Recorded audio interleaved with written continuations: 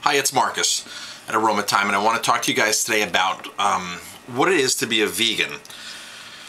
As an employee here in front of the house, you're going to experience a lot of people that come in that are strict vegans. So I'm going to explain the difference between a vegetarian and a vegan. Vegetarians are up in the air with what they eat. Some vegetarians like mostly a loosely opened term. So when somebody says, well, I'm a vegetarian, you have to be very specific with them and say, well, what do you and don't you eat? Some vegetarians will do eggs, some won't. Some vegetarians will do fish, some won't. Some vegetarians will even do chicken. They consider themselves a vegetarian.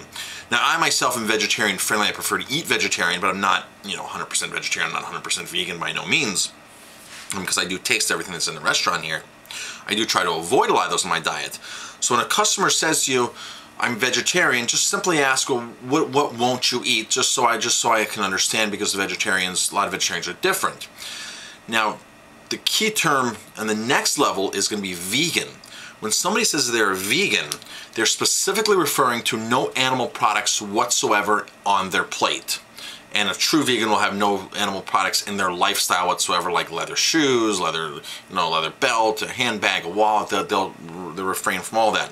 But as far as on a dietary level, when somebody's a vegan, they typically will have they won't have any meat products, no dairy, no butter, no cream, no eggs, nothing like that. And it goes as far as no honey, because honey is made from bees. Bees facilitate the making of honey. Now, some vegans will go both ways with honey, but a diehard vegan will not touch honey. So you really need to understand that we do have a separate vegan menu on our menu. Our specials that are vegetarian are typically vegan. So if we make something that's vegetarian, we try to make it vegan as much as we possibly can to accommodate those people. A lot of our desserts are vegan. Our cheesecake is vegan because it's a cashew parfait. Our chocolate torte is vegan because it has no eggs or dairy or anything else in it. Our blueberry crisp is vegan. We have a vegan ice cream called Soy Delicious. We also have a vegan gelato made from cashews. So that's 5 things right there that a vegan can eat, plus our brownie. And our bananas. So really our whole dessert is vegan, our whole menu except for the ice cream that we have. So it's very important to understand what a vegan is looking for. No animal products whatsoever. Some of them go as far as what they're drinking, as far as beer and wine, because wine has egg whites. A lot of wine has egg whites, not all wine. So some vegans will ask about vegan-friendly wine, which we do have, and it comes from our one supplier, Organic Vintages. They have a lot of vegan-friendly wine in the portfolio that we have. And some people want to know on vegan beer. Because beer they use, if wine I said they use egg whites, beer they actually use fish bladders. It's called isinglass. And they use that in beer, but only really in pub ales, in English pub ales. German beers, they typically don't touch that at all, especially if it's following the Purity Act. American breweries, mostly up in the air, but they really won't go there. Some of the cheaper breweries will use pork gelatin as a way of fining. The egg whites go in wine to fine it, to pick out all the particles, and then in beer they use the isinglass or the pork gelatin as a way of fining to pick out all the particles. So it's just a way of extra filtering, basically, fining, where they can grab all those particles out. So that's important. But if a vegan comes in, they're going to know like Kettle One is vegan, or certain things are actually vegan, because believe it or not, spirits,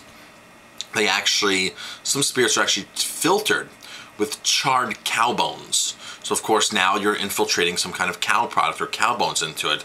Even though the end result might not have them in the vodka or the spirit, a strict vegan will say, well, they've used cow bones to begin with, so I don't want to touch it.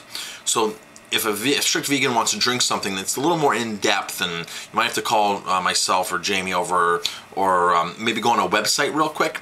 The office has access to the computer here. One of our computers is always around. You go on PETA, PETA.org, and type in vegan spirits, and they'll have a whole list of vegan spirits there that they'll pull up that's ever-changing and everything, that are endorsed by PETA, People for Ethical Treatment of Animals.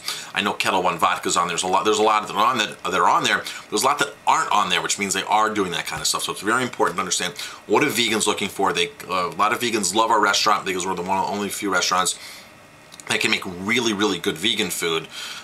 Even though we have steaks and seafood, our vegan entrees, our vegetarian entrees have a lot of thought put into a lot of seasonal ingredients in them, and it's just not, veggies on a plate with a baked potato. It's actually, filling entrees with a source of protein like tempeh, tofu, or seitan, which we make in-house here.